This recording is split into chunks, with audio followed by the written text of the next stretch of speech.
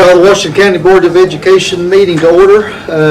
I'd like to ask Mr. Waters to lead us in a short prayer and Mr. Fleener to lead us in pledge afterwards, please.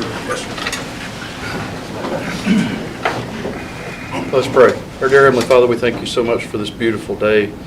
Lord, just everywhere we look, we can see you. And God, we just thank you so much for that, knowing that you're the sovereign God that we can depend on. And Lord, that we have hope in you. God, we just ask tonight that you'll give us your wisdom, your knowledge to make the decisions that we need to affect this county positively. God, we just ask that you'll be with South Nashville as they have experienced a loss. God, we just ask that you'll embrace them and give them comfort in their time of need. In Christ's name, amen. Amen. Flag in the corner. Flag's in the back corner.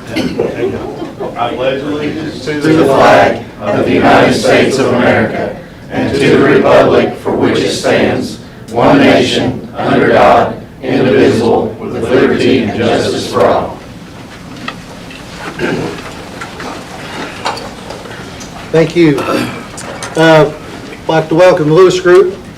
Appreciate you coming back. And Sheriff Sexton and his group, thank you all for attending. A lot of principals, administrators, and ADs, thank you all for coming. I'm afraid I may leave one out if I try to call each one's name, but thank you all for coming.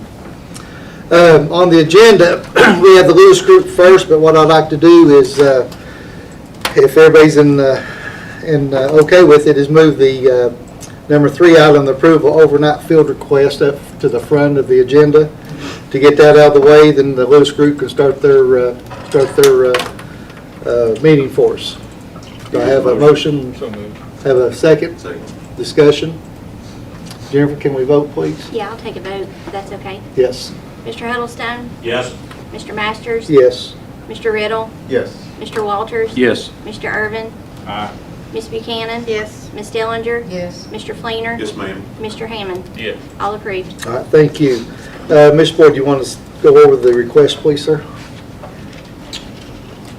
The request, Looks like it's just David Crockett High School baseball team needing the approval to go to Anderson County. yeah. It's just an overnight trip. Board policy requires out-of-state and overnight trips to be approved by the board.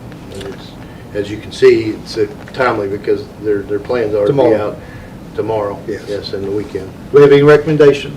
That's what Let them go. you just did that. That, yeah, you all. Okay, I thought we just, okay. Yeah, that's why I got a little bit. Oh, okay, no problem. I got a little bit over. Yeah. All right. Yeah, that's taken care of. Thank you very No much. problem. All right, Lewis Group, you're all up.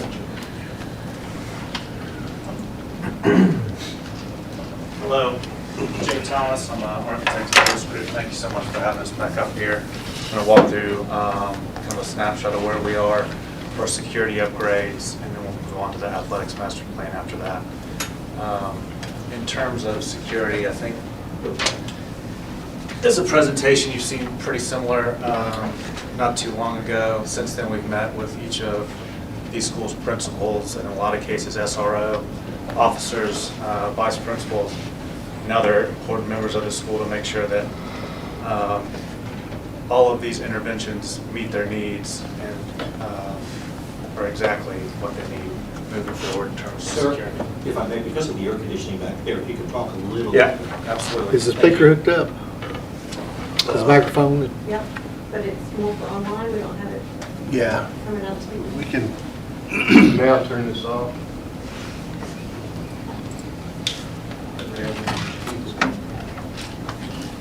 Maybe not.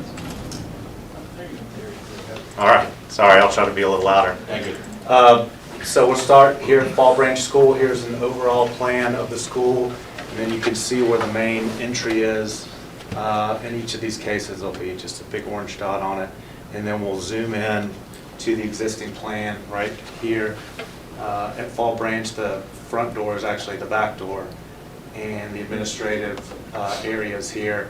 If you see these dashed lines, this is basically an existing plan / demolition plan. So if you see dashed lines, that's something that's slated to be removed. And then on the next plan, you'll see in orange everything that we are going to add here. So in each of the schools, there's basically one level, a similar level of protection that we're trying to hit before you even enter the school, you have to hit a doorbell. Someone in the office will see you, let you unlock that door so you come into the vestibule. Some of these other schools, there's a lot more doors in this vestibule, but the only one that will be open and unlocked is the one straight into the office. So then you have to come into the office, check in with school staff, and then in each case, we tried to locate SRO so they have clear line of sight to everything that's happening in here. And then the person who's checking in can be led throughout the school. Do they have to be buzzed into the office? They're buzzed in right here. Right there. They'll come in here, this door. No, the other is a door into the office. Yes, sir. This door only allows you to egress out. This one will be open. So you buzzed in there. Once you get in the vestibule, this is open, an open door, unlocked. But it can be locked, correct? It could be, sure, absolutely. Jake, if I can interrupt, I think the plan is for all those doors is they'll have to be buzzed into the office as we go through all these. They'll be buzzed into the vestibule and then either into the school directly or into the office if they're a visitor. That's what I want. Great. Moving on to Daniel Boone. This is a lot different than the other one. Here, you're entering in the back of the school into a small corridor. Daniel Boone, you're entering in to the cafeteria, which could have hundreds of kids in there at any given time. So our intervention here had to be a little bit more significant, moving program around. We've actually had to build outboard of the building envelope, which is a little trickier, but like I said, we're trying to get a similar level of security at each of these schools. So right now, when you come in here, you come in and you have to come all the way in here to get to the office. So basically what we want to do is they come into a vestibule, you're buzzed in here, and then you go straight into the office. SRO is adjacent, clear line of sight, and similar to what you'll see at the other schools and what I just discussed. Come in here, and then they're led throughout the school. So really trying to create different layers of protection once somebody comes to the front door of the school. So, right now, when you walk in them doors right there, you can go left to the gym, so there'll be a wall there and you'll go into the gym above. Is that the way that looks, or? So right now, we're building another wall out here. Oh, yes, sir. Okay, never mind. So if that's the existing plan, you'll see Yeah. once I click over. You're at the wall. Never mind. Yes, sir. That we wouldn't want them to be able to go anywhere else except for in the office. Thanks, sir. And And that also door's at, keep in mind that even though we have a lot of visibility for the SRO, that the glass, even though there's a lot of glass, is supposed to have ballistic film Yeah, that's and good. all that. Yeah. and I assume that is that the window that was right there where that door is now? Or the new door's gonna be? Right here. Mm-hmm. Buddy, could you use that center thing, because I can't see over on that side. Yeah, I'm sorry. This one won't accept my pointer. I'll try to hit both of them. What was your question? Is this where the window is? Yes, sir. Yeah. Yes. We're trying to be mindful of Yes, sir. the economy of all of these things, so. So everything in orange is what you're gonna be adding? New correct? construction, yes, sir. So when you go in that, where the window is, where the door is now, that's an office now, correct? Correct, we're just moving, we're basically flipping. The office right now is here, Uh-huh. and we're basically flipping these, but obviously we're changing some walls into windows for visibility and things like that. So the wall in that office will be tore down, I guess, to open it up? Yes, sir. That's the existing plan. So this is the entire, you have to come in here Right. to the office, and then this is kind of back of house, bookkeeper. Can we have solid, the doors that that are right there now with the glass being bulletproof, which is a great idea, but can we put solid doors with a little strip, With a view? the small, Sure. can we work it into the plan, because that way there's not a lot of glass to be right there.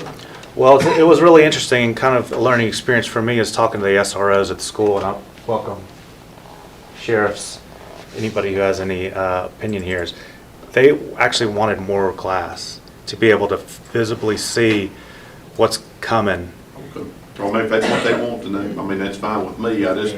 But wanna make to sure. Ginger's point, the other side of that is the ballistic film that will go on it. It doesn't prevent bullets from going through, but it holds the glass together once it does. So somebody can't physically walk through. Okay. Right. If we're fine with it. Yeah, and just for a sake of clarification, it's really not ballistic film. So 3M makes this film, and it really treats it like a laminated glass.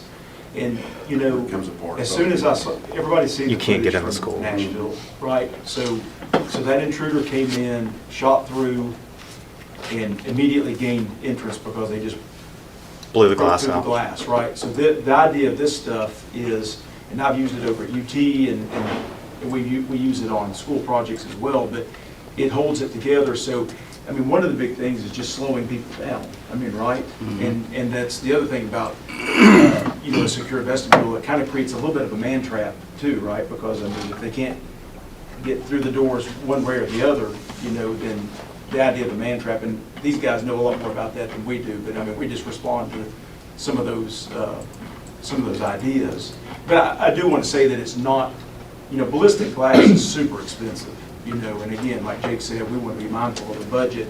So we find that, you know, using that film that keeps an intruder from gaining entry very easily, you know, and slows them down, it's a pretty I mean, we all don't want to put a cost on the safety of our kids, right? But I mean, it's a very economical way to slow an intruder down. And again, because true ballistic glass is super expensive.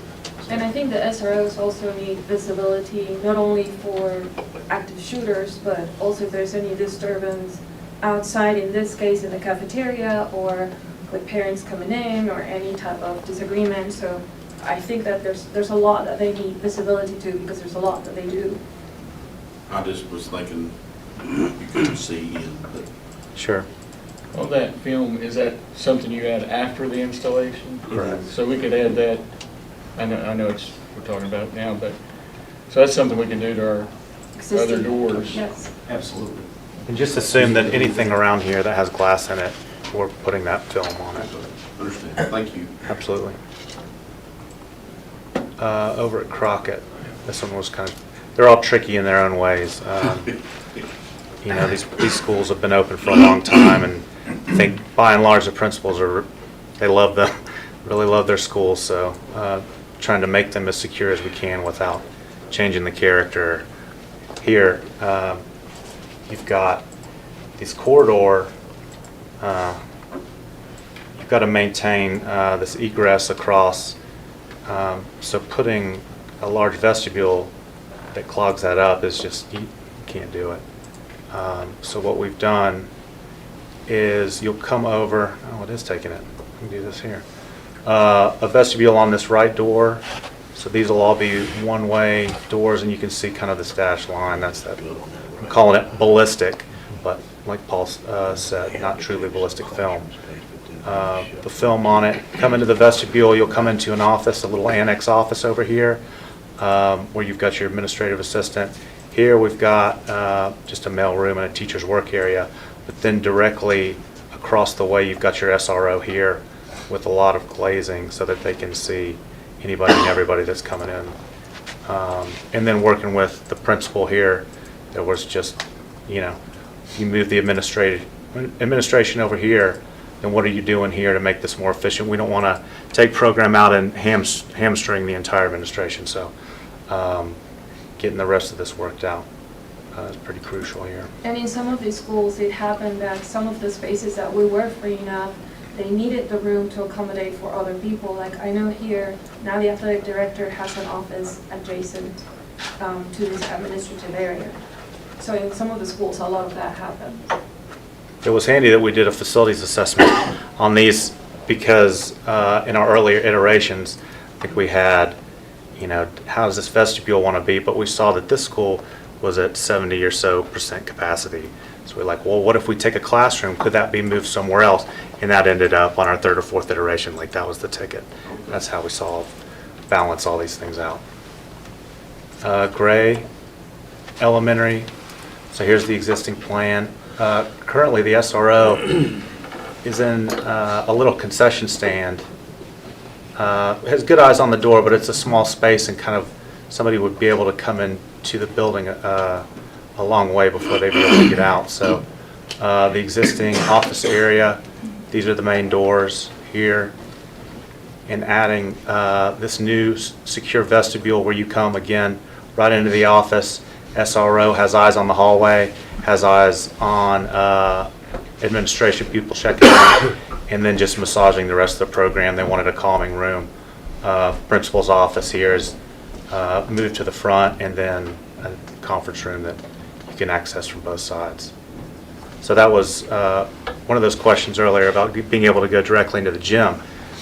The cafeteria is right here, cafeteria auditorium. And there's an existing, hold on now, there's an existing door here.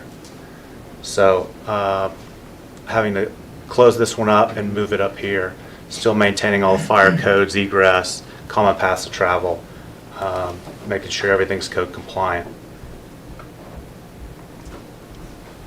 Grand view, here's the existing plan, some pictures of the entry vestibule here. Existing plan here, it's enlarged in, and this is another one where we kind of created an annex office is what I call it. So come into the vestibule, the only door that will be open or accessible at all to you is right into the office where you check in. SRO is right across the way. This is all insulated glazing with a 3M film on it. Lamar. Here's the existing plan. You can see in this area some pictures. There's a large lobby.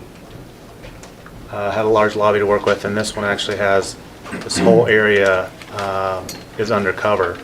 So it allowed us to build half of this outside, so the entry vestibule will be built undercover. We don't have to worry about new roof. We don't have to worry about a lot of weather barriers or insulation or anything like that.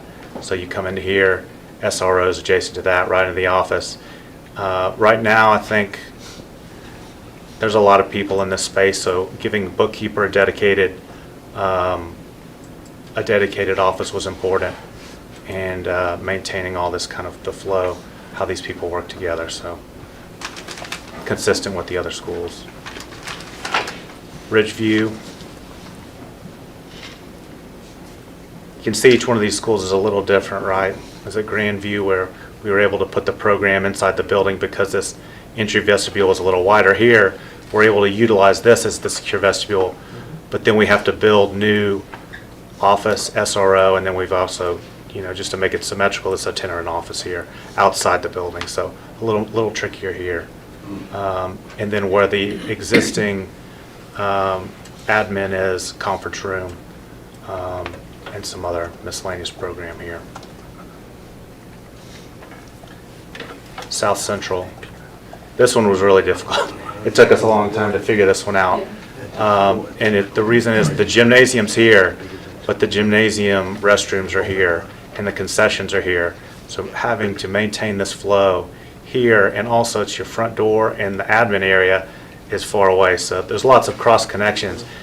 So there's a lot of work that we had to do here. And also the PE office is right here adjacent to the gym, which is in a great spot, but that's really where we want our vestibule to go. So we've got this vestibule here, and then another little office annex where we've got admin, SRO, bookkeeper here, and then we're taking the PE office and putting it where the old admin was. So now they have access through the gymnasium. They still have a nice adjacency, and we're able to work all these things out. Asbury optional. I feel like every one I'm saying this one was tricky. This one was tricky. These are all pretty tricky because, each one has its own challenge. Asbury, it's an optional school, and it's also, I think, a night school. And it's built a lot like this building, whereas there's one shotgun hall right down the middle of it. So without putting a vestibule on both ends, then you have to have double SROs. How do you do that?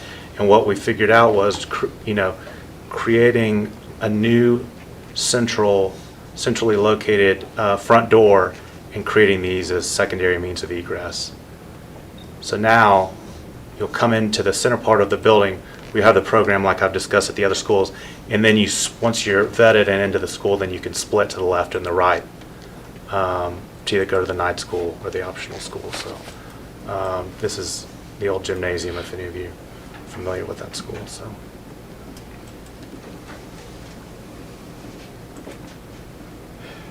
Westview. Which is this one? Yeah. So front doors here, creating an office annex, like I've discussed, and then principal's office, some massaging of some of this program to make sure that everything's still functional for day to day. Sulphur Springs, this one was relatively easy. First time I think I've said that. SRO existing is adjacent to the door. We're kind of just creating openings and building some new walls because they already have kind of a administrative annex here. So door, blocking off, sealing off the media center and library, so you have that same flow. And then you've got principals, SROs, all in the same organization that I've discussed. So, Todd, are you? So, one of my principals has really been working through the numbers on all these things, and he's gotten sick. So he's going to be, I think he's on the call. Hey, call? Yes, There he is. I'm here. Can you see our screen? No, I can't. Oh, lovely. I've got the construction costs up there. Do you want to go through that at all? I can, just for a brief minute. So estimating the construction costs for projects like this can be very difficult because there's such a lot of little pieces here and there and a lot of unforeseen conditions and that sort of thing. So what we did is we added up basically all the square footage of what we are considering to be renovation, construction, and new construction, assigned some square footages to the cost of that per square foot. And I'm sorry, I don't have what you're looking at right in front of me, but what that comes out to be is, and we wanted to provide a little bit of a range, just exactly for what I said earlier was unforeseen. But it's going to total somewhere in, well, building construction costs will be somewhere between what we think is $3 million and $3.5 million. Dr. Adams and I had a conversation a couple of days ago. We talked about throwing in some FF&E, a budget line item for FF&E potentially. Some of these spaces have Furniture. New spaces, some of them Equipment. may be able to use existing FF&E. We're just, at this point in time, not far enough into the process to be able to tell what would be needed, but we know we need to have a line item in the budget. So we put a line item in on the low range of $100,000 to high range of $200,000. And then I think it's important to at least have a 10% contingency on projects like this, because as I said before, these things, when we get into them and start putting walls where walls weren't before, and items such as that, we have drawings for all the schools, and so we're going to do our best to avoid those types of situations, because renos are just always kind of nasty, and so, you never know what you're going to get into. I think that in some of these things, we may be a little bit, these numbers may be a little bit high, and then in some of them they may be a little bit low as well. So it's good to have, I think, a contingency in there as well. So it puts us somewhere in that range of $3.4 to $4 million for the opinion of probable construction costs on these projects as a whole. And we can, it'll be up to the board on whether they do, how they split that work up or whether we do it all. So, but we wanted to provide you at least a number to be associated with the project. And keep in mind, I know Paul's going to dive into this a little bit with the athletics master plan. Everybody knows kind of inflation these days, right? So there's a certain percentage, if it's 8%, 5, 8, 10% each year, right? So if these are today's dollars, basically. What's the time turnaround for this? If it was approved, budget went, went to the county, approved, It would depend on how the board decides to do it too, if they want to do. You mean doing all the of them? school. For documents, is that what you mean, or construction? I mean, how much would it, how long would it take before turnkey being finished? Roughly?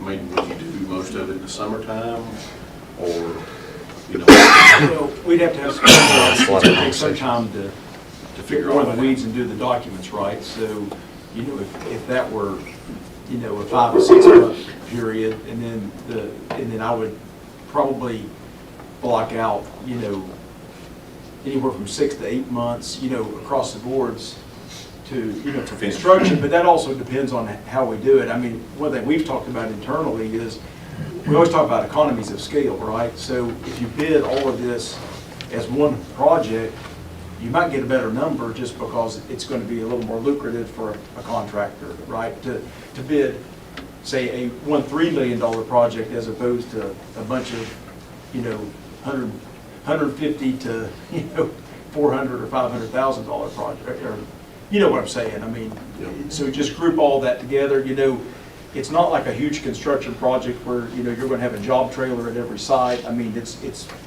much less than that, so I think that that's probably doable, but you all know as well as I do, I've been to every school in the system. I mean, they're pretty spread out too, right? I just didn't know what if you even had a time figure, if this was approved, giving us 2 months to get everything finished, signed and everything like that, what your time frame was, but a year, would that be safe to say?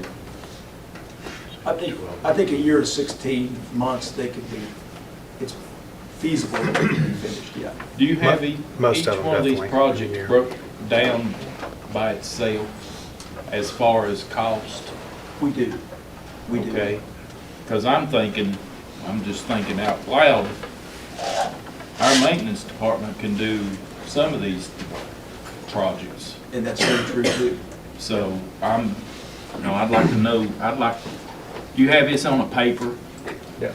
we can look at and Sure. go over that Yeah, way? we can send that to you. Well, and one Price. thing, and yes, I mean, absolutely. And here's the thing, we're between this and the athletics, we're throwing a ton of information Oh, I at you know. all today, and I know you all know that. And it's, part of our goal was to make this sort of as digestible in a meeting as it can be. We will follow up with all this documentation so that you guys can scrutinize, the numbers and, the phasing, this, and you can talk about the phasing of the security. We didn't really deal with that in the way of phasing, in the way that we did with the athletics. But yeah, we'll follow up with a lot of information. It's just gonna take time for you guys as a board to get through it, because there's just a ton of information. Yeah, and to your point, having the different numbers, that may help you decide, maybe we can do 3 of this right now, and, Right. divide it up however you see fit. Well, as we've talked before, there's different ways to look at priority, need, especially when it comes to security, the ones that have the most need, that's got to be a fairly high priority. But, if there's low-hanging fruit, just with respect to cost, you could get in and get out pretty quickly, and as you Or say, our department can do it. and your department do it, then you save even more money. I mean, right, Yeah. like that, so, yeah, absolutely, that's a great point.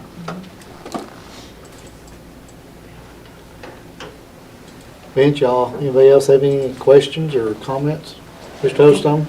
I apologize, can you go back to Crockett's site again, please?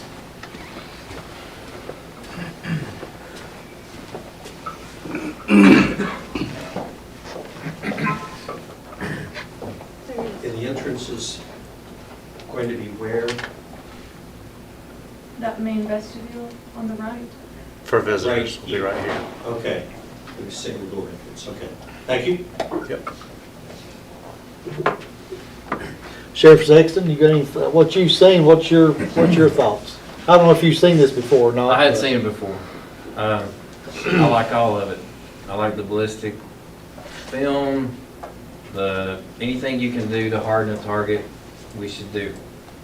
But if you look at all these plans, it really revolves around a couple things, and that's hardening the target and what else? The SRO, right? You said it how many times? Yes. I've got an SRO in every school in the county. and I'm doing my best to keep it that way. I want to put more in the schools. But I've made it clear, and this is not a political thing, it's just when we get short on patrol, that's one of the first places I would have to pull from. So please keep that in mind when we I'm gonna say it, when we talk to your commissioners, when we talk to your government, because, right now, when you pick a shift, night or day, I have almost double the officers in the schools as I do on patrol. So that's gonna be important. I like there's two schools of thought on being able to see, the SRO being able to see out of the building, or do we just harden the target? If that's the case, we're gonna make them look like a bunker. I don't think that's a good environment for our kids. So it's good to see the bad guy coming, but at the same time, if you notice on all the videos, well, let's take the Nashville video. What kept more students and teachers alive was the fact that they followed their procedure. She had a hard time. She had to hunt people down to kill them. And that is very important, is that our faculty and staff stick to our procedures when it comes to an active shooter. So, because think of this, you can put all the glass and brick and mortar you want to. How many teachers that if a bad guy walks up to them as they're walking in the school in the morning and sticks a gun in their side and says, "Take me in," are going to say no, right? Does that make sense? So it's all about using good common sense, but I'm all about, I think, everything I see here, Chief, you guys, it's all great, but we have to remember a lot of it will hinge around having that officer there. I'd like to see 2 in every school, especially the high schools. And that's my next objective when it comes to the SROs, is getting to, they're just too big. And kids these days are big, and it's not just because I'm of average height, okay? So, but just know that it's very important that we take all the SOPs for active shooter very seriously, because that's what saves lives. You either run, hide, or fight. And if you look at the Nashville videos, they're having to hunt people, right? A lot of the classrooms, doors are locked. That's going to be very important, and keeping those SROs there. I will not, and I'll make this commitment to you. I will not have somebody who is retired on duty working in a school. All of our SROs, I feel confident, can handle those types of situations. And know this, if that happens in Washington County School, you're going to have every officer on duty. It's going to be a competition to see who can get in there and put a bullet in this guy first. That's right. Okay? So just know that. We are committed to all of that. But I like everything that and I've studied this. In law enforcement, we've been studying this since Jonesboro, Arkansas. Does anybody even remember? Yeah, that was one of the first ones. And then it was Columbine, right? But in Columbine had their planned work, the first person that they wanted to take out was who? The SRO. So these people, it's not the guns, it's the evil mind and the hardened heart that kills. Everything that you can do to harden those targets, we should do, but following procedure, having everybody on the same playing field is utmost importance, and we're dedicated to helping y'all any way we can, because we're all in this together. All right. Thank you. Thank you. Yeah, the thing I like to say is, you're exactly right. We're architects, and we believe that you can make a big difference with design, and I think you can. Sure. But there's a point where it only goes so far, right? So then management and training and everything has to take over. But I think part of our charge here is to equip the schools and you guys with the tools, or at least a facility that gives you a good chance. So I think that's the key. Anybody else have anything? Principals? I know they've met with all of you, and all these ideas is from you and the SROs, but do y'all have any questions or comments on the presentation? Cricket. Thank you all. Thank you guys for your time, Well, we thank you. and also all of you. Thank you. So we transitioning to the next group of projects, Paul? Is that where we're going? I just got to ask the principals to stay through the security. If you all want to stay for the next one, the high school athletic facilities, you can, but if not, this may be your opportunity to slip out in the next few minutes while Paul gathers himself. Thank you. Thank you. Thank you all, appreciate it. Thank you all for being here. Good to see you guys. Appreciate you. But that's true, that's something else we're gonna have to work on policy for them to follow. Well, it's not really policy, it can be, but it's procedure and training. Training, that's what policy can help. I understand, I feel that. Thank you all. Thank you very much. Thank you for being here. Policy can help people understanding that they need to do it.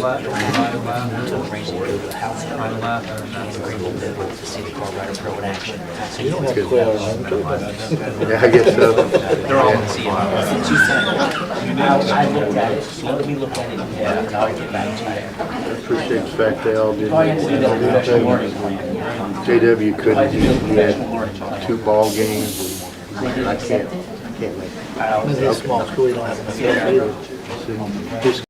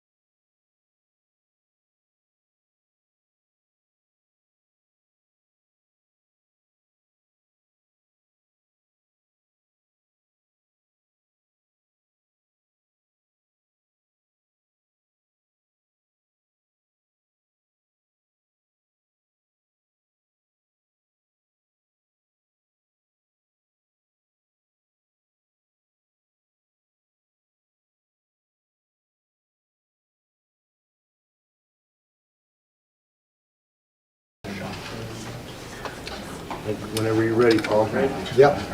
All right.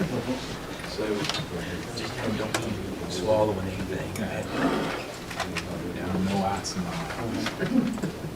So like I was saying earlier, there's a ton of information here to digest, and we'll follow up with all of this information so that, because you're going to have to spend time with it. And let me just lead into this by saying, well, first of all, so I've got Jake and Ginger here. We've had a couple people in our firm also working on this, and Todd, as you know, is on the phone as well. And then I also have Will Ferguson. I think a lot of you know Will with Baseline. And I just thought it'd be a good idea because, sports fields are a big part of this. And if you guys had questions and we got in the weeds on the fields, themselves and everything, whether track or baseball, softball, we have Will here to answer questions. We might know enough at this point to be really dangerous, so we got Will to kind of keep us in check. So, and I will ask him, there's a few things as I go through sort of the spreadsheet, and Keith also, we'll show this kind of at the end of the presentation, but there is a spreadsheet with all these items on it. So it's pretty thorough, and at the same time, buildings are square foot cost because we'd have a lot of design to do, but we base those on kind of historic square foot costs, so we feel really good about the numbers. So there was a whole bunch of ways to skin the cat, with the athletic and in terms of how you face it. So I was really, really trying hard to minimize disruption, and I'm been talking to the coaches and ADs and everything over here, to minimize disruption and keep this thing like in 3 phases. But we kind of went into this with, I would say with 4 main ideas in mind. There's certain things that we know you all, and we all in the room know that you have that are just needs, and of course, obviously the dilapidated grandstands that you have currently, I mean, that's kind of an obvious one, but needs.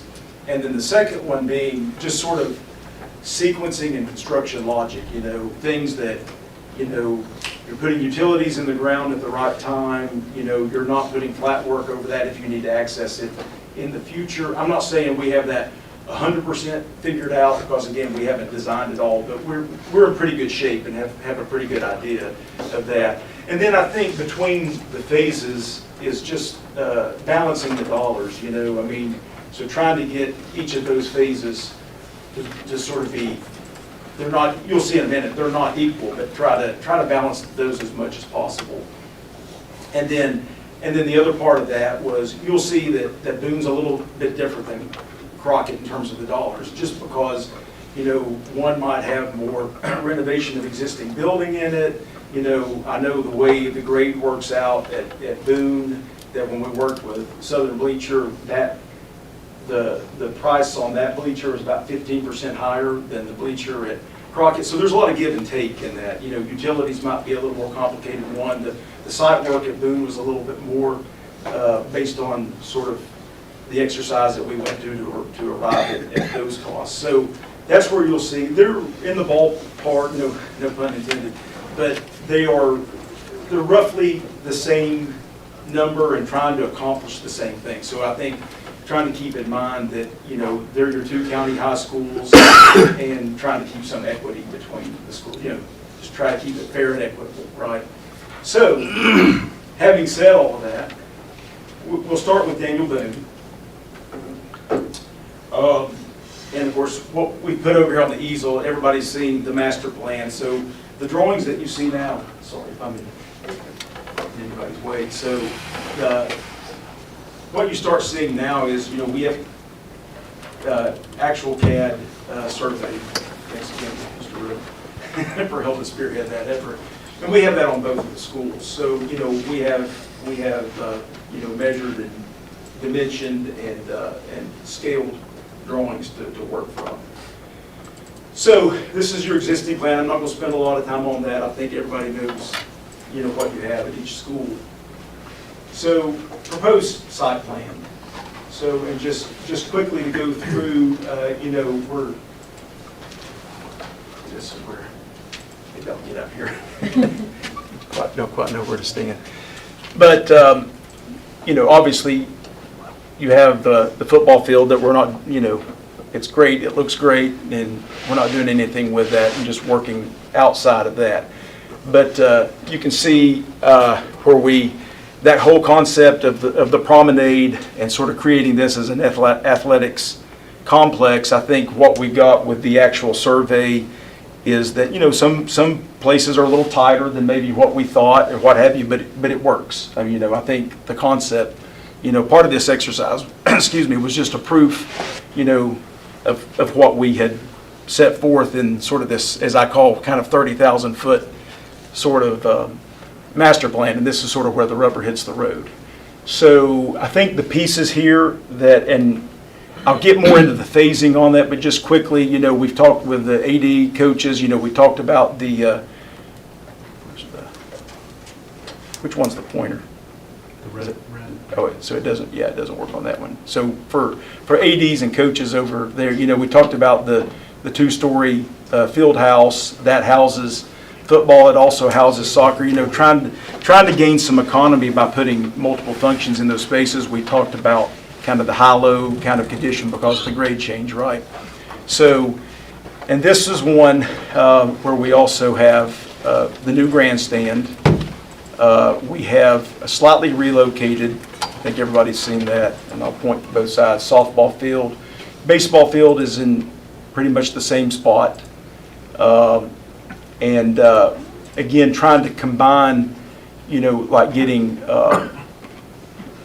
like in this building here, that would be for your visitor restrooms, concessions, and kind of this idea of not taking new plumbing all the way over here by the visitor grandstand. That's obviously the new visitor grandstand on the other side. So, and again, that's the promenade that connects.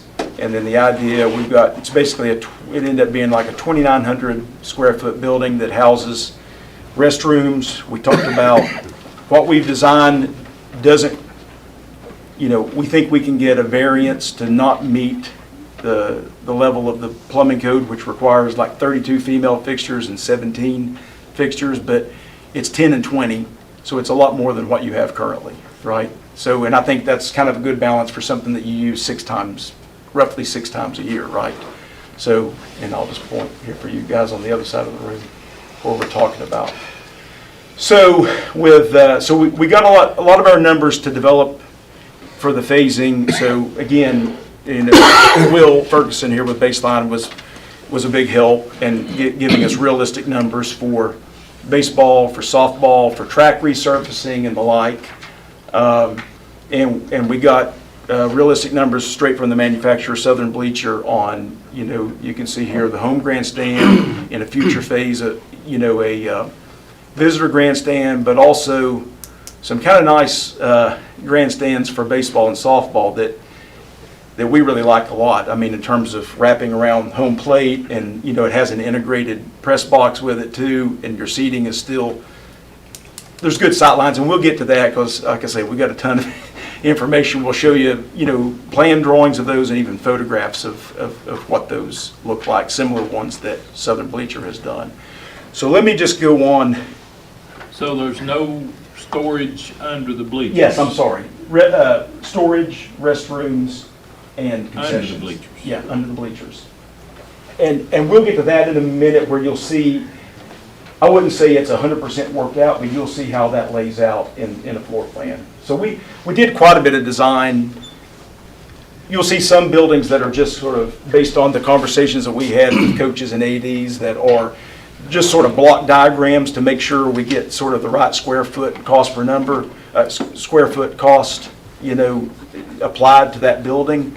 So, and then as we move forward in the phases, we would work with you guys, to make the floor plan work in exactly the way it needs to work. But it just gave us the right size to be able to, to put a number to it.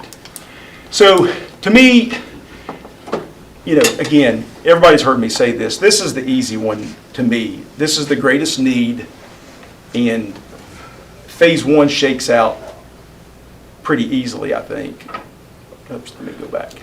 So, and I apologize, because it's hard to read, just because there's a lot of information here. But basically what it is it's a portion of the promenade here. It doesn't get the whole thing.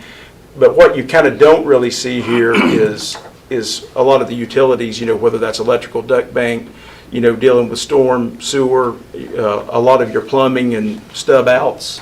Of course, you're going to have a lot of plumbing in this phase just because you're going to be serving those new restrooms that are here underneath the grandstand. So those two things, and the building underneath, again, it's a 2,900 square foot building. It is restrooms, concessions, and storage, and that goes in, I keep forgetting, that goes in here, there. So, and then,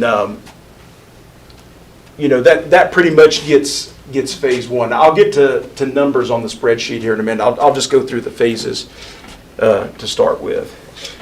So phase two basically ends up being the baseball and softball fields and some of the ancillary facilities. There's the locker room building. So these are all planned as new. So new locker room building with new dugouts attached. The way we looked at this in terms of the dollars was we didn't include the grandstands here for baseball and softball in this phase, just because it really pushed this phase to be a lot more expensive, because there's a lot of cost just in the fields, the ancillary structures and the field lighting. So are you moving the you're not moving the baseball field, right? No, the baseball field is in, It stays and it's, yeah, Correct. you're moving the softball field. but moving the softball field, right. That's correct. So that's all consistent with what we had set forth on the initial master plan there. So I'll go on to phase 3. So phase 3 being where we add those grandstands there, and there's things like batting cages that get added, so here. And then there's additional site work. So the site work was broken down a percentage of what we saw as the overall site development costs, and that was given a percentage per each phase. So, and you'll see that on the spreadsheet here in a few minutes. But this also included, and this is where, you know, and might be a good time, Will, to have you talk about the track resurfacing. So this is we're proposing this in phase 3, and there's a number that we have in there that basically is sort of the middle of the road option, and I'll let Will talk a little bit more about urethane versus the latex surfacing. Yeah, just to simplify, there in current usage right now, there are basically 2 types of track surfaces. First is a latex surface, which refers to the binder, what holds the rubber part of the track together, and that's what you have now. You have an existing, relatively old latex surface. It's worn pretty well. It's given you a lot of years, and it's still something that is, it's not really the standard anymore, but it's certainly serviceable and usable as a new product. If we took off the old and put a new latex down, you know, you'd get a lot of good years of wear out of it. The next step up is what we refer to as urethane. So urethane is now the binder. You have similar rubber products, but urethane holds it all together. Urethane is going to provide you with a better performance. So from a coaching standpoint or an athlete standpoint, the urethane is probably preferable. It is better, particularly when track season starts. Track season starts a lot of times in February, March. The weather's still cold, the surfaces get hard. Latex is hard as a tabletop. But the urethane has some resiliency to it and allows for your athletes to get a little better training earlier in the season. And then as the year goes on, it continues to perform better. It's more expensive. It's going to last about the same. There are ways to rejuvenate it or add coatings to it. And what I budgeted for that, this particular thing is for the urethane with a spray coating on it, which is kind of mid-range between latex and a higher-end urethane that is a sort of what we call a sandwich, where you have a base mat and then you flood it and then put rubber on top of that. So you can always go up or down from a budget standpoint for the run track. Yeah. Thanks, Will. So that's phase 3. You know, essentially fields.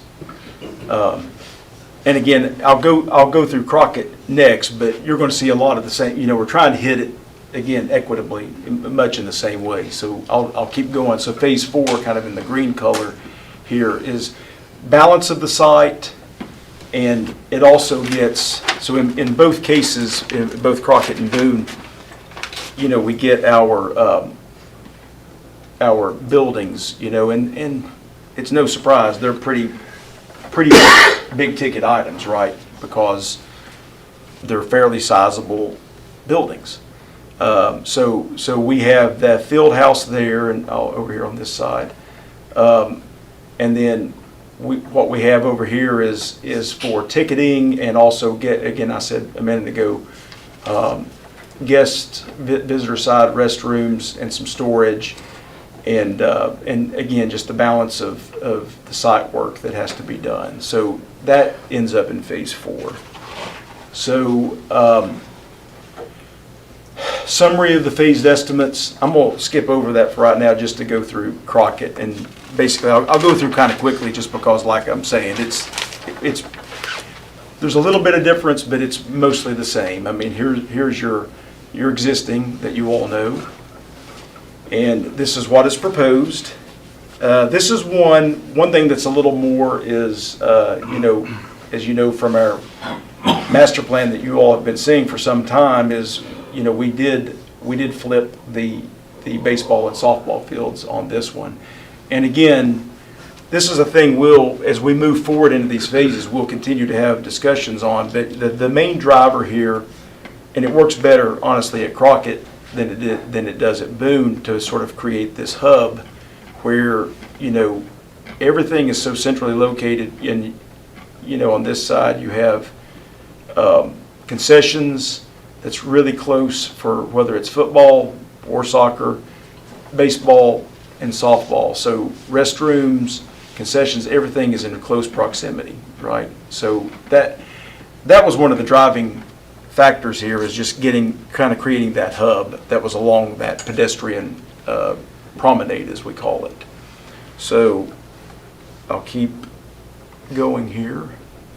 And then this was just the same thing, showing the kind of the ground level plan of the concession storage and Same kind of storage and stuff yeah. underneath? Yeah, the idea was that the program, it would be pretty, the bleachers lay out a little differently because of the grade, but the idea would be that the program underneath is the same.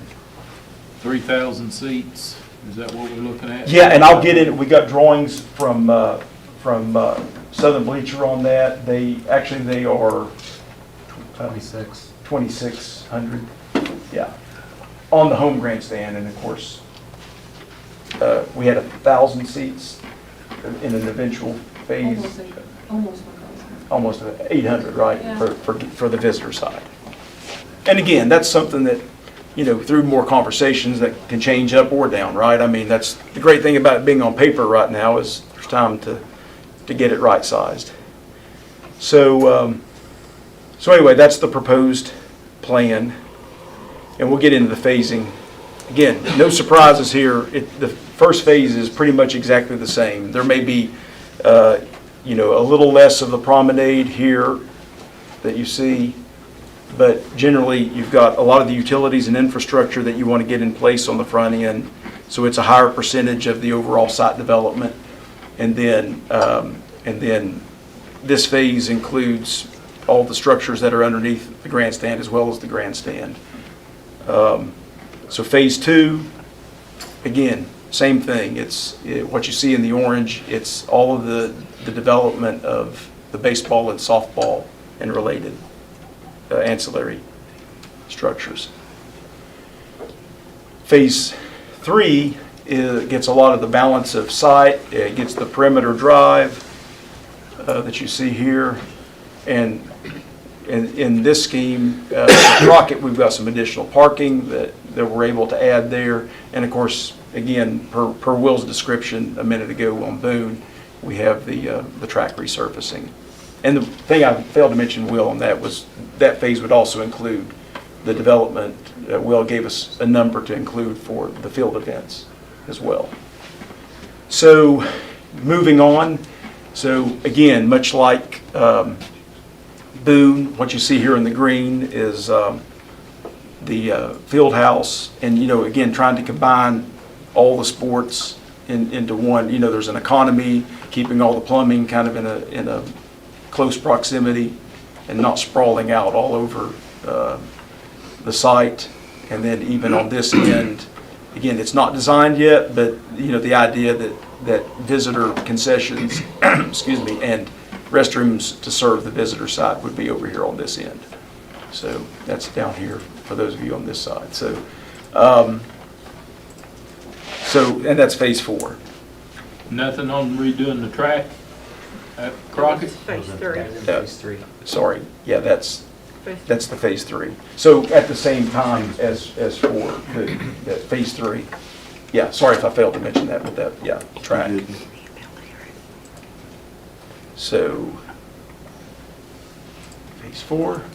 And again, this is one of those pieces that you guys will just have to get get the actual paper document and read through and digest it. But I think, let me go through, before I go to the spreadsheet, we've got some other things. So these are sort of blocked out, just doing enough without getting, there wasn't time to design everything, obviously. But this kind of gives you the idea, and, conversations with coaches, ADs, kind of right sizing, we sent drawings, we got feedback, and I appreciate that from you all, and obviously that's, the more we discuss, it's going to make the end product better and suit your needs better. But this is just showing, it's kind of a block diagram to show what that field house would look like in the 2 levels, right? So there's that. What we were talking about a minute ago with the pieces that are underneath the bleachers, you can see here that there's restrooms on either end, and there's storage included in that, in here, and then the concessions is dead center on this one. So that's how that building, that 2,900 square feet, lays out underneath the bleachers. So, and we've coordinated that with Southern Bleacher to where, when this park's underneath it, it's coordinated with the structure, the structural bay and everything. So this does work. So how many bathrooms do you have in there? So it's 10 for male and 20 for female. And again, the plumbing code. Under the 2,900 square Yeah. feet? Yeah. And the plumbing code would dictate that it's 32 and 17. But again, we've done this before where we get a variance because, there's a point of diminishing returns, when you're providing that many fixtures going to that cost, and there's the maintenance of that for something you use 6 times a year, right? So, and again, you guys know better than I do how many fixtures you have there now, and I know that's, yeah. 2 female, 4 male. Right. So you're way above that, and, that's no different. I think every school we look at in East Tennessee, you're no different. I mean, everybody is way underserved, so. And I'm sure those lines get really long, right? So, yeah.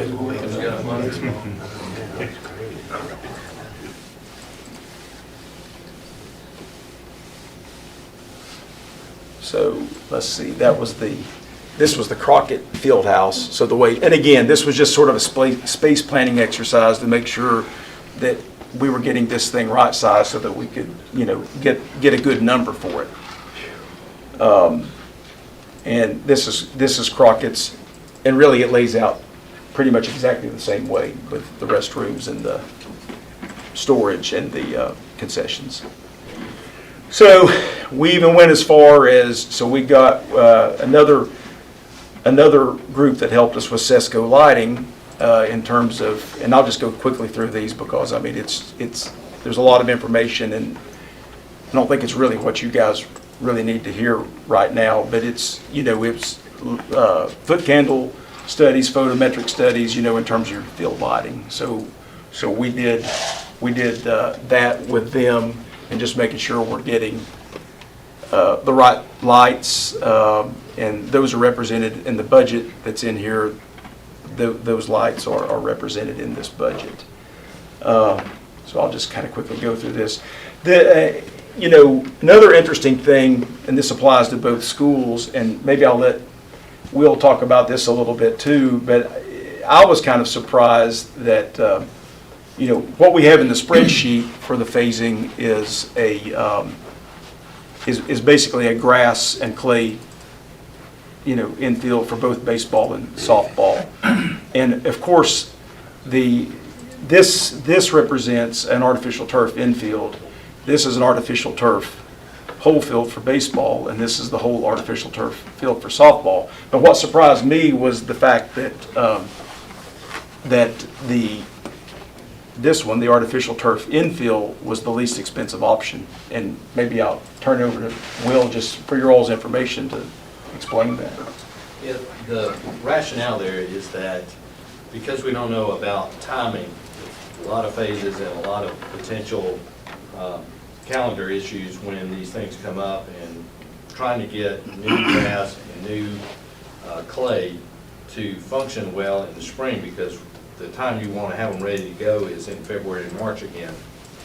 And we've run into problems in the past where we've started late in the fall and tried to put a field in, and then it goes through winter. We have winter like we had this year where we had nothing but rain, and then the result is the field's not ready. We can't get it ready because we can't get it dry.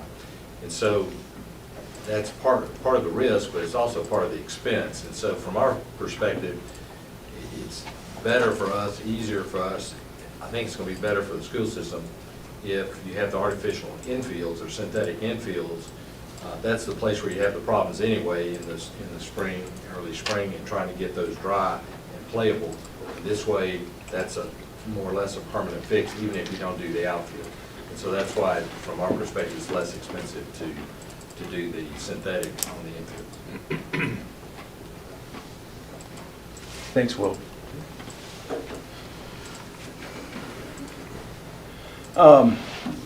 So again, here's some images of, so this is from Southern Bleacher and kind of what the baseball and softball, so you can kind of see the idea of what I was talking about and what was represented in the drawings that you see here on the top, where the bleachers, I mean, it's kind of nice. I like it because it feels more like kind of a small college baseball and softball field, you know, where it's wrapping around home plate.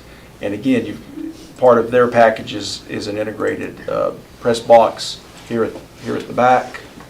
So it's kind of a nice system. You know, we got some feedback kind of late. I know which no big deal. But you know, this is a really close to the size of bleacher we're talking about. And again, you all have heard me say this before. It's an 18-row bleacher and a 10-yard line to 10-yard line, right? So, and that gets the 2,600 capacity. And Any chair seats in it? well, so the way they do that is there's a little bit of rise and run difference in that middle section, and then they clip on the I think much like what you guys do now, because I know you have those. But yes, the middle section would have, you know, I think that's a great idea in terms of it might be you sell that ticket, or you know, there's a donor, or you know, however you guys do that, you know. But yes, I mean that would be here. I can't do it on that one, but in that middle section, right, would be the idea. And the rest would just be aluminum bleachers. They're closed riser bleachers. But the other thing about the press box that you see here is, and that one is really similar to what we talked about more recently, where I was going with that was it has the camera kind of crow's nest up at the top there, but that one is actually covered. Now the one thing that this one has that I don't think we're going to be able to afford is an elevator shaft to get you up there. But other than that, this one is kind of similar to what, you know, in its layout, that what we'd be talking about. So just wanted to share those images, you know, so we kind of, you know, what we're talking about. And these are the drawings of those. You can kind of see here where, of course, that's not what our structure is going to look like, but that's where you would park that structure in between this. Basically, you have 18 feet clear, or 18 feet center to center here, where that really long, thin 2,900 square foot structure would fit in the bleachers. So it's important that they're coordinated, and you know, you're not bringing the structure down on top. And obviously this has to have a roof, it has to be conditioned, because otherwise you're going to have problems with mold and mildew. So that's a good section of what that would look like. Those bleachers are not solid, right? So when it rains, it's going to fall through that bleacher. So they are solid. So Southern Bleacher will say that those are watertight, but they're not really waterproof. So it'll keep most of the rainwater out, but yes, there's a possibility, which is the whole reason why we would want to put a roof membrane on the building below. Well, but what I'm concerned about is underneath there, it's going to get wet and it's going to take it forever to dry. That's what concerns me with the building underneath, because I've got that at Crockett, I've got that at Boone, and we couldn't use it. It got so bad it was terrible. I do not want to spend millions of dollars if I'm going to have this kind of problem, if I'm going to have that kind of problem. Yeah. So I would like a guarantee that I'm not going to have no mold or mildew or whatever, because underneath, behind that building that's under there, that's going to be wet. I mean, is that going to be gravel? Is that going to be dirt? What is that underneath? Yeah, I mean, it likely would just be 57 stone of gravel. Yeah. Right, so. But it's gonna be wet if that bleacher leaks under there. I mean, because it's not gonna get no sun at all. So what you got in that, the difference in what we currently have and what they're proposing is you've got cinder block and Yeah, I concrete know. structures, But that's gonna be That- cinder block right there too. but there's no ventilation. Yeah. There's no waterproofing really on it, so it's. Are they ventilation on that building? Yes, I mean, so the numbers that we have in here represent a condition, I mean, this could be done with a series of mini splits, and we will have heating and air conditioning and ventilation in these. I mean, you have to, because otherwise you are, like you say, you're going to end up with a mold and mildew problem. So, but yeah. I mean, I just don't want no problems. Yeah, no, I understand.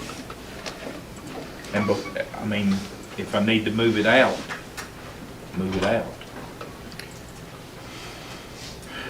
Paul, are there any in this region that you know of examples of these buildings underneath these? I think it'd be worthwhile Bleachers. if we could schedule Yeah. some and go look and allay those concerns, yeah, absolutely. So, yeah. I mean, those things underneath are essentially self-sustaining. I mean, they're sealed buildings. Yeah, I mean, With, it's, with an additional protective layer over the top that's aluminum. right, yeah. The I mean, way I that's, look at it, it's like Bristol racetrack. But the thing about Bristol, them stands are so much more stands underneath there. There's not gonna be much air get between them stands and behind that building just to, yeah, and your at Bristol, concern is there's that area. a lot more area. right. Well, and of course, as we've talked a lot, part of that is just, making use of the real estate. I understand. Right. I mean, so. And I like to do that. Yeah, sure. But we don't need to create problems. I mean, your point's well taken. We just need to make sure that we've got air behind the building there. Is it best to move that building on out to where your last row of bleacher would be even with the concession stand? You've got it back under the concession stand, back under the bleachers. Well, so like the section that's up there, so this steps out Yeah. slightly, so really, this is the line. Let me see if that's next section. See it? Yeah, that doesn't really help, but it's, What I'm saying is move it on out. yeah. Well, again, what we have to do is miss the structure. So Yeah, we that's did the- also, Paul, to interject, we did move the press box in before, after this drawings Yeah, were set. right. That's So the right. press box is actually moved in and the building is more on the edge of the press box now. I'm not talking about the press box, I'm talking about the concession The stand. concession stands underneath the press box are Okay. moved Those out. pillars support lined the up press with box on the outside. Right. That's what's behind, that buildings are behind the pillars that support the press box. So those are drawings that were proposed before we had the conversation with Southern Bleachers. Now, that overhang doesn't exist. In reality, the press box is moved in. Yeah. So the building is closer to the outside of the bleacher. Yes. Right. That is the line of structure. This is just where it steps out for the press box. This is the line. Oh, that's just a sample, right? That's not what you're proposing for us, it's just a drawing. Yeah, that was the first run through. Obviously, there's a lot of conversations to be had, but This But yeah. section two, I think if you're just looking at this and you guys are for the first time, it might be a little misleading. It'll be more open than right. just that. And that's a plan of the bleacher, and then that's the footing layout for what's underneath in this particular scheme. That's how it fits on the site. And, you can see there, like, this is the press box, and some possible kind of branding for each school there.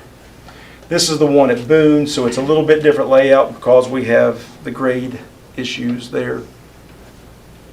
And I'll be honest with you, what they laid out here, so it works, and even what Southern Bleacher tells us is this layout, because of accommodating the grade change, it's probably about 15% higher than what the one at Crockett is. But this isn't exactly where we wanted to see it going, but, you know, we just, again, we got time and we have design work to do and back and forth with them, so. But it's close, and I mean, it gives you the sight lines, it gives you the capacity that we're talking about. So in that regard, I think they gave us a good, you know, jumping off point for that. And that's just a section cut at a different place, and that's the plan layout with the footing layout. And press box, for those of you at Boom, something like that. Visitor side. And then I'm sorry, Baseball. that's baseball, yeah, my bad. So baseball, and again, wrapping around, so that's what the section with the press box behind it would look like, and then that's what the plan looks like. So I think this capacity was, what was that, 200, it's probably up here. Yeah, it's right Like a here. squint. 227, that was it? Yeah, 223 total seating capacity. It shows those seats in the middle. This middle area here. What's that? Yeah, the seats in the middle. Plastic seats. I'm sure Yeah. it's more than what we got now, right? Yeah, I mean, I think what's there now is pretty typical for high school. You know, you got one on each, essentially one on a straight run on each side, you know, and so this was the visitor side. And so the other thing, sort of image-wise, I just leave you with is what the, you know, the promenade and just some kind of quick sketches kind of out of the model that we've been developing with this. You've got the bleachers with the press box you see there, and this is kind of what that could be like, and baseball and softball on the right side as you're walking down that promenade, and again, kind of emphasizing the idea of the hub that's taking advantage of the same concessions, restrooms, and the like. Looking the other way, so obviously you know where the stadium is, and this would be the building that we were talking about tucked underneath. Just a different view looking, you know, again, baseball. Or maybe that's, I guess that's That was some- Crockett. Yeah, that's Crockett. Others were Boone. Yeah, right, okay, that's Crockett. And the press box there for baseball and the stadium for. And this is looking from the cross axis, looking kind of toward the back of the bleachers between the baseball and softball field. And this is, you know, the idea of sort of the entry portal where the ticketing happens. So this is sort of becomes like a gateway that you can monitor and ticket before you go into this athletics complex. Just another view. So, you want to queue up, we'll go to the spreadsheet.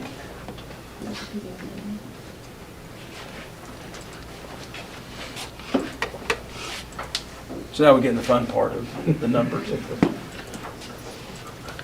And I'll, you know, Jake made the comment earlier, I mean, just, you know, to warn you, the numbers, you know, I mean, by the time we start adding all this stuff up, and it gets to be a lot of money. But you don't have to do all of it. You know, there are places where we can drop back, you know, and, you know, I think that it's a great starting point to sort of have that conversation about, maybe stay there and maybe zoom in on things just so, it's hard to get all this information and then make it legible. So the way so these are colored the same way that the plan drawings were. So you've got that lighter blue color that's phase one, the yellow, the orange that you'll see down below with the fields, that was the phase two. The yellow is phase three, and then the sort of darker green is phase four.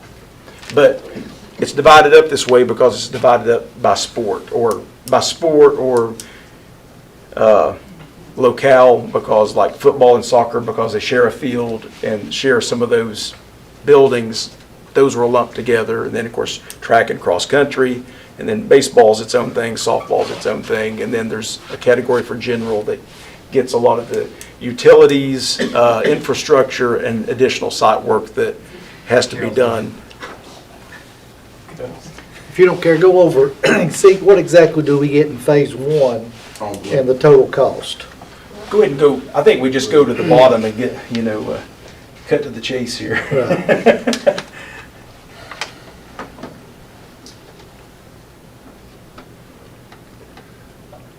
So those end up being the phases. So that's a high end on your grant. Everything in here I was hitting a lot of this high just to put the numbers, because again, there are so many moving parts and so many ways we could skin this cat, right?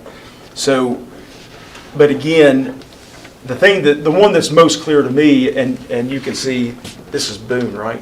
That's Crockett. I'm sorry, Crockett. Yeah, I see it now. My eyes aren't what they used to be. But, so we're at basically 3.1 million for phase one. I don't feel so bad about that. When we've had conversations, and Mr. Boyd, you correct me if I'm wrong, we've talked about, I think, 2.5 to 3, sort of in that neighborhood for a phase one. And I think we'd all agree those are your greatest needs. So I think then you go to phase two, and again, if you remember from the drawings, that was baseball and softball with those ancillary structures. That's a almost 4.5 million, 4.47 million, just to get those the development of those fields, and again, that's a grass with clay field, and as Will said, it'd be slightly less than that with a turf infield, and more than that with an all turf field. And then the phase three, again, that had baseball and softball bleachers, and a lot of some of the additional site work, track resurfacing. That one's not a huge, by comparison, it's a little over 2 million here for Crockett, as you can see.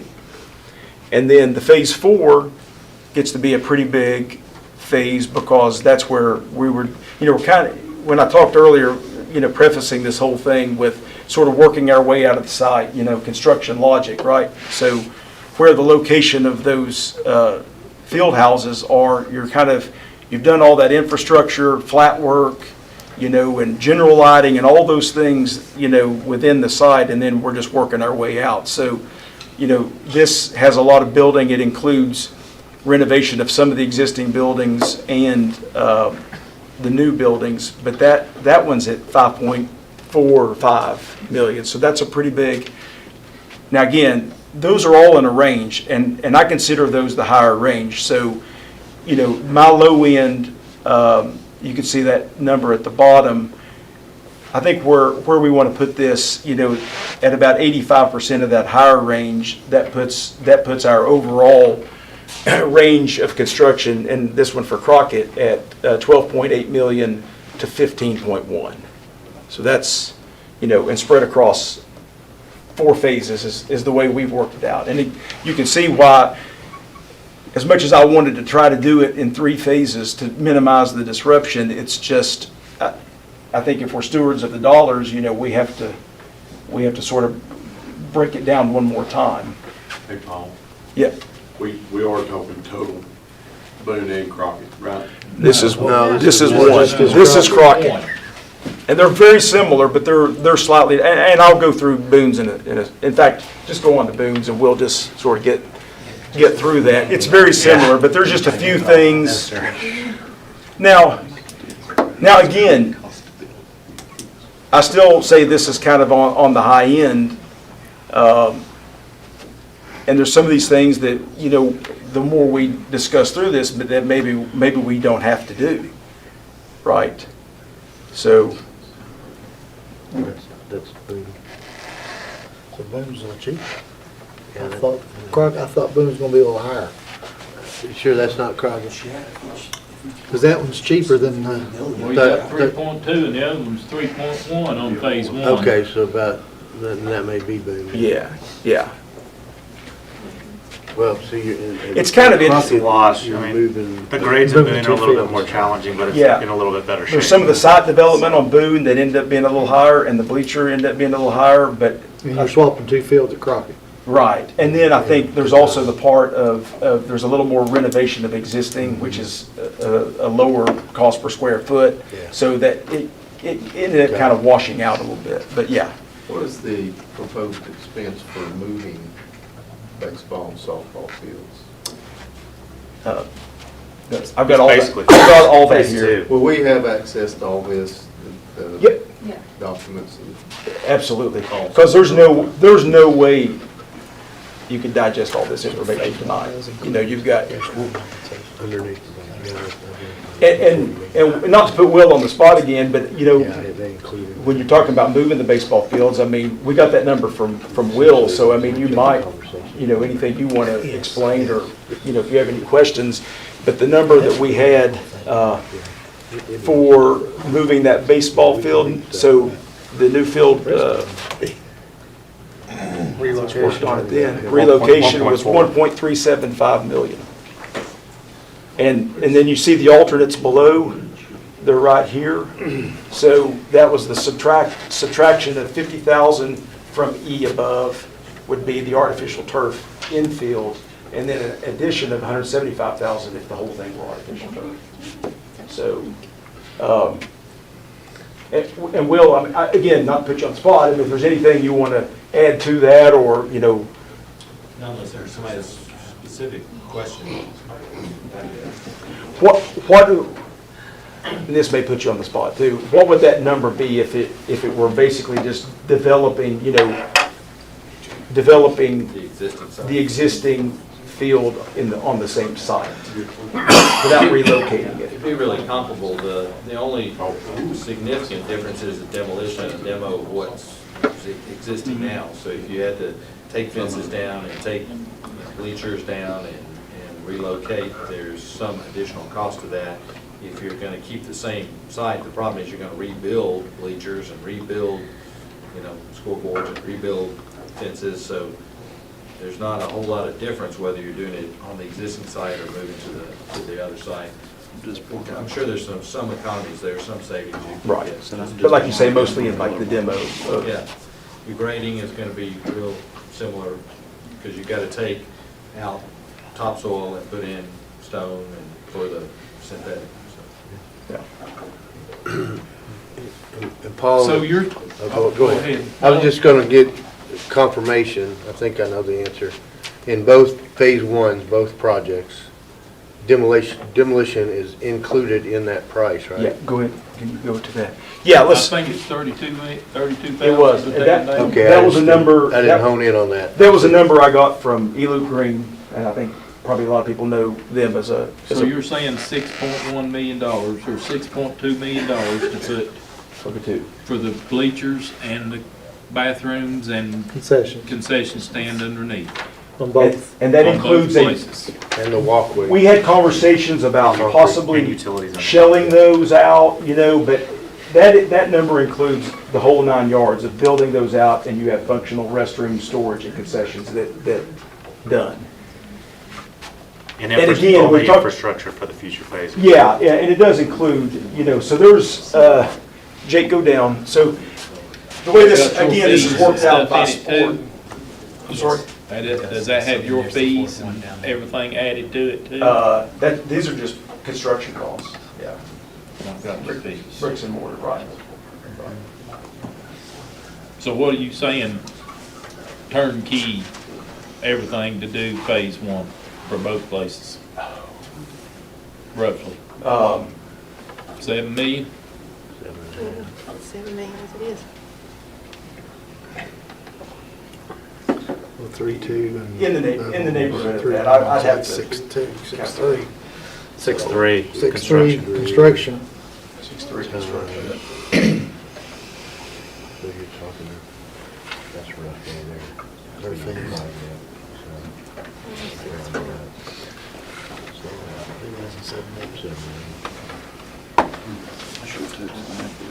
Time frame from the last ball game, would you, if we was to go with phase one, and when the last ball game's over, would you do both, or would you just do one, or how would that work? Well, I think, ultimately, that's your all's decision. I mean, I think, you know, You could do it in between seasons, though. yeah, Phase one. that we could do both in between You could do seasons. both during the off-season. Start demolition right after the last game, and then it's all done before. You know, and more than likely, you know, you're talking two contractors doing that, right, at the two different sites, and they're big enough jobs with a short enough duration that, you know, we would just, I think there's no doubt, unlike what I said about the security upgrades and possibly, you know, however, you know, whether it's maintenance staff or what, but bidding, if we're bidding it, maybe bidding a lot of those or all of them together, I don't think you would do that here. I think there's enough complexity and coordination and, you know, being the two different sites with a pretty big scope and area of work, I think you're going to have two contractors. You know, I mean, maybe not. It could be one larger contractor that maybe had Two crews. two crews, A team and B team. I mean, you know, it certainly wouldn't But we're limit that. looking at roughly $10 million to do the safety. 11 million. And the safety. This is roughly 7, and safety was 4, so we're looking at 11 million. According to what we can do ourselves on the safety. There's some things there that I feel like that our department can handle, but Right. Yeah.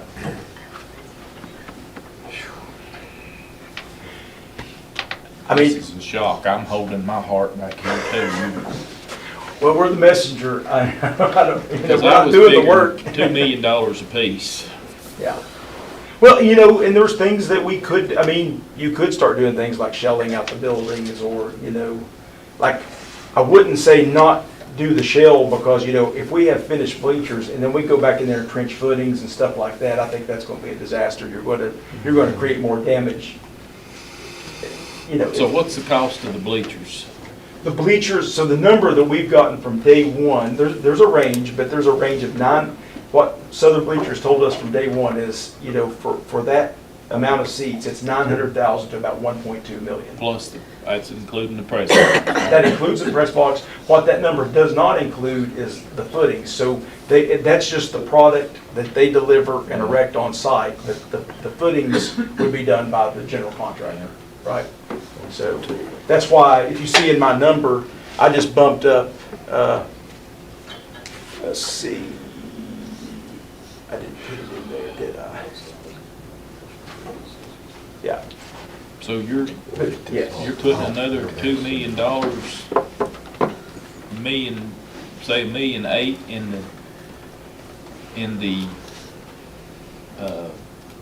concession stand and bathrooms and stuff like that at each And the place? civil work and the promenade, Yeah, well, right, so the utilities reward. the restrooms, that ends up, and that's just a factor of a 2,900 square foot Yeah. building, and roughly estimating that at $250 a square foot, because the inflated cost, that's where it is now, you know.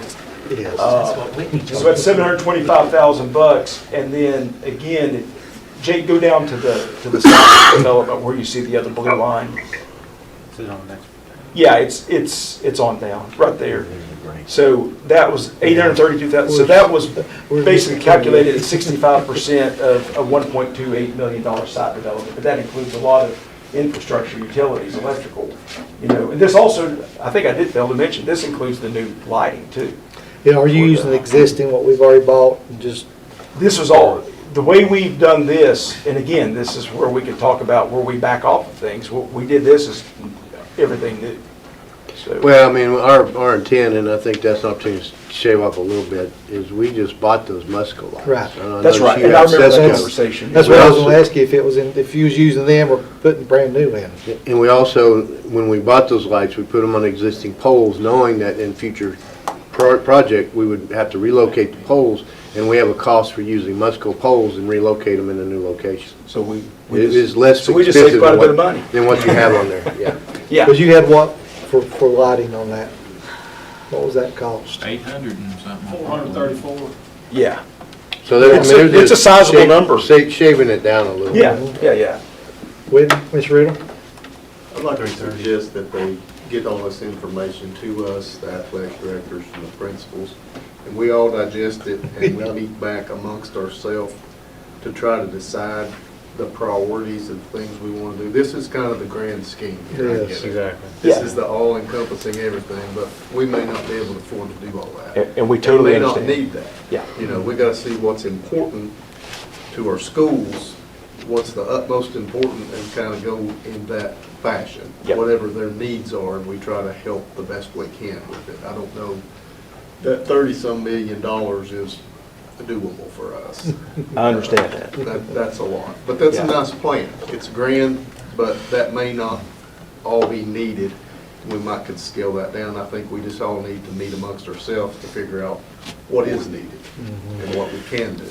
Well, you all meet absolutely amongst yourselves, and then we all get back together with you because, you know, we can start all looking at where we can cut, you know, and, you know, keep the things that are important, you know, and make this a really nice athletic complex. But, you know, I'm all about kind of finding sort of low-hanging fruit, you know, where we can, you know, save you guys money but still do something really nice, you know. We basically have given you an entire menu of the things that you can pick and choose from. Right. So another question, you know, just focusing on phase one, at what timeline do you need to ensure, if we move forward, that we can be in a position at the end of next football season to begin, you know, raising those old bleachers and setting the stage to have the grandstands in place by the next football season?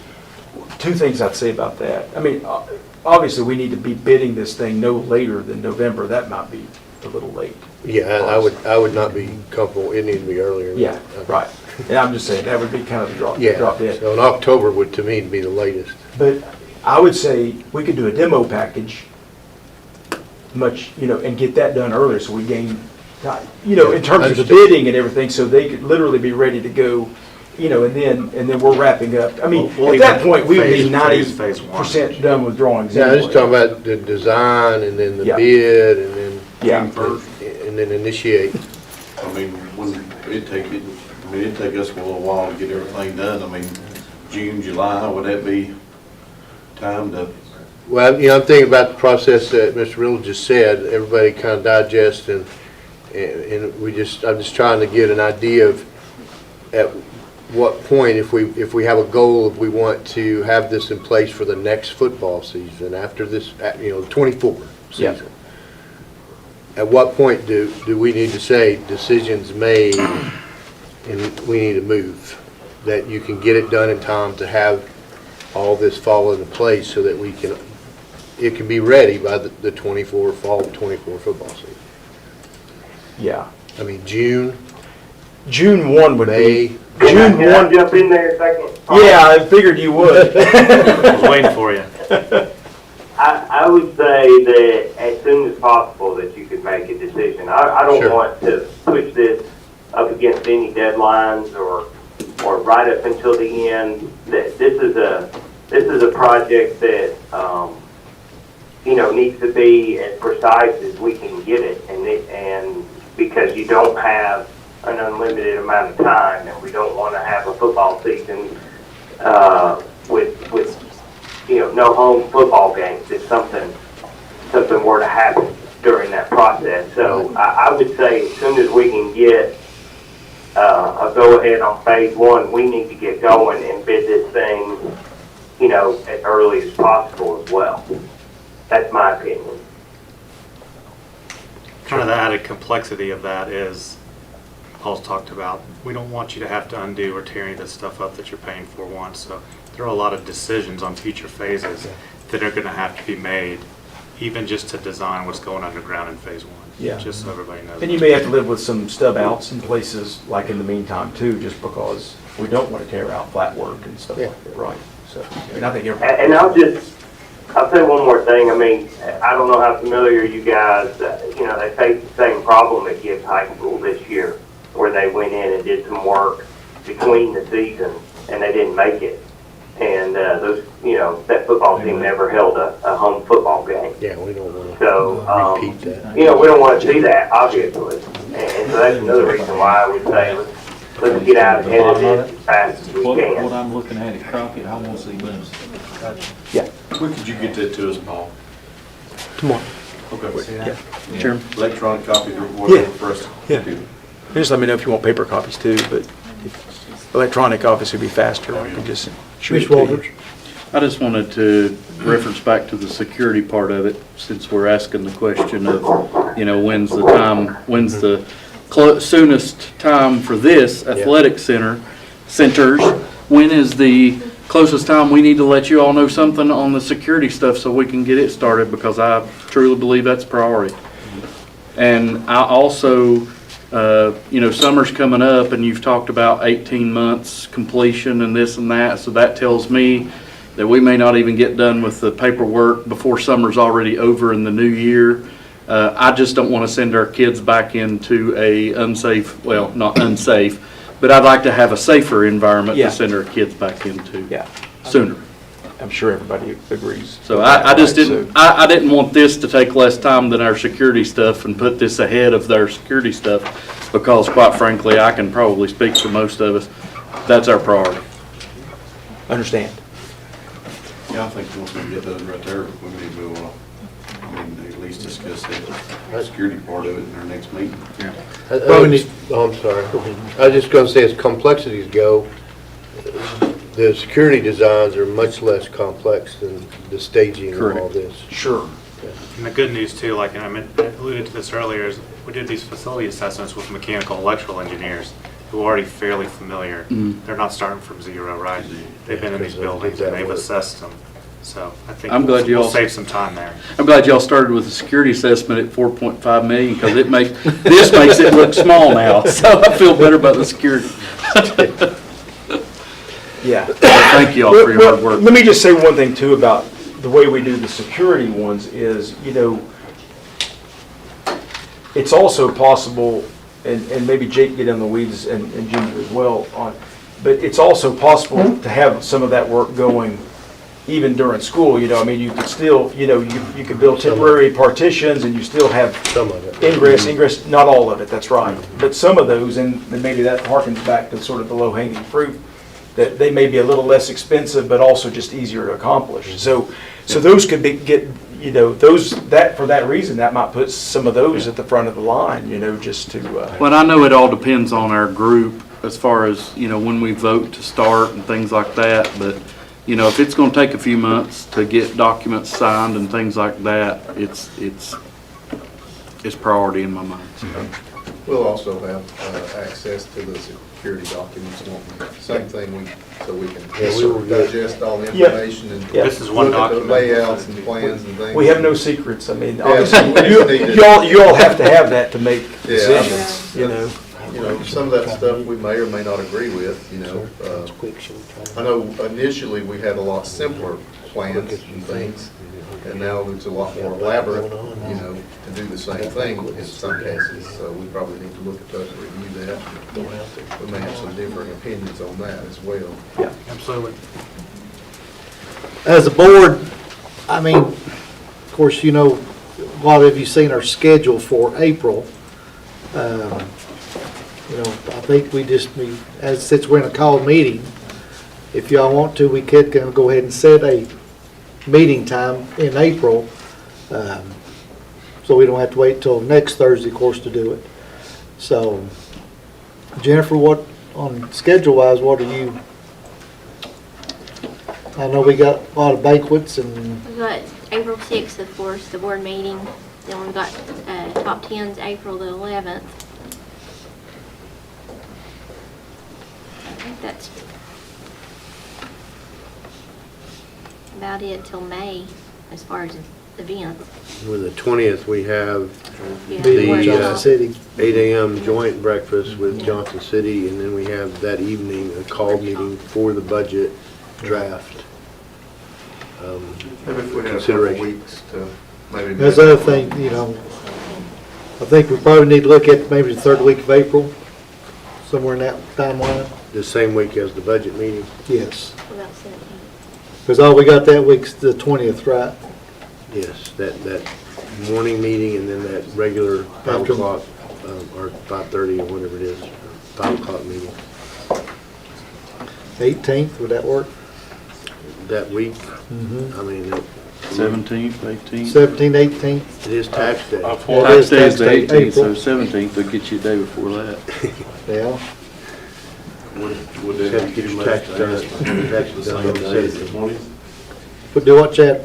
I said, would it be too much to ask to do it the same day as the 20th? I know it- Well, we're already meeting with John City that morning.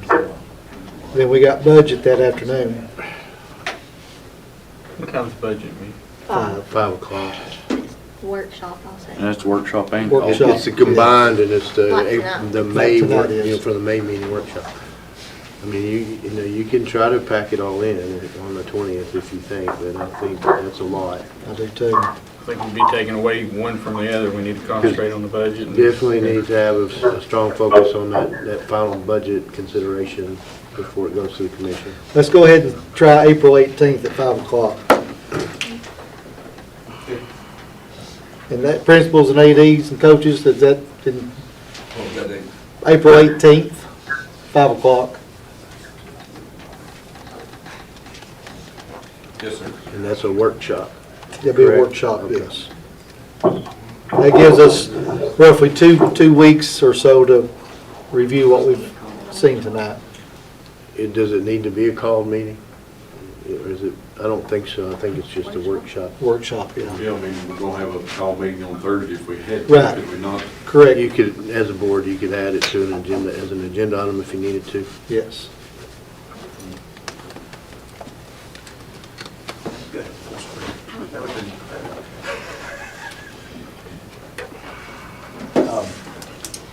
Let me point out, and again, I guess I can apologize, just, the information is here, just, and I think you'll see when you have like the electronic or the printed copy where you can see it all together. So just to make this a lot easier, you know, the blue that you see here, that's phase one, and it's all enumerated here.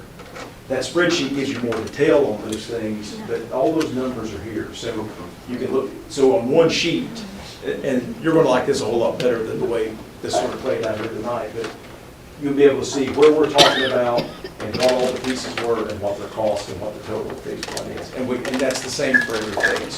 So I think once you have those where you can sit down with them, it becomes a lot easier. You don't have to go back and forth between a spreadsheet and a plan drawing. So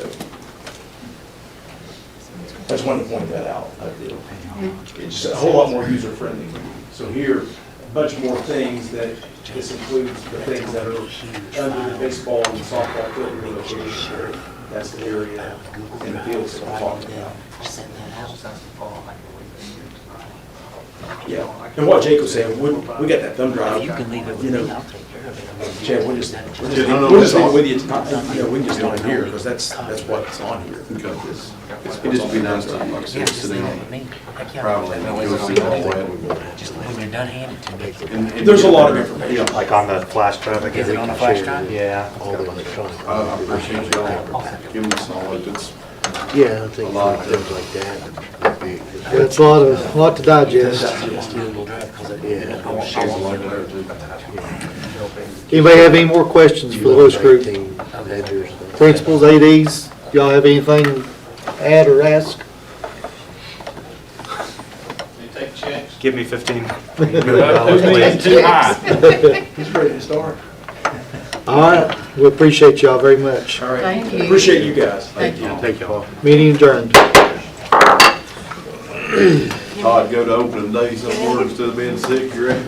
She's a 2-minute break. He's in Cincinnati.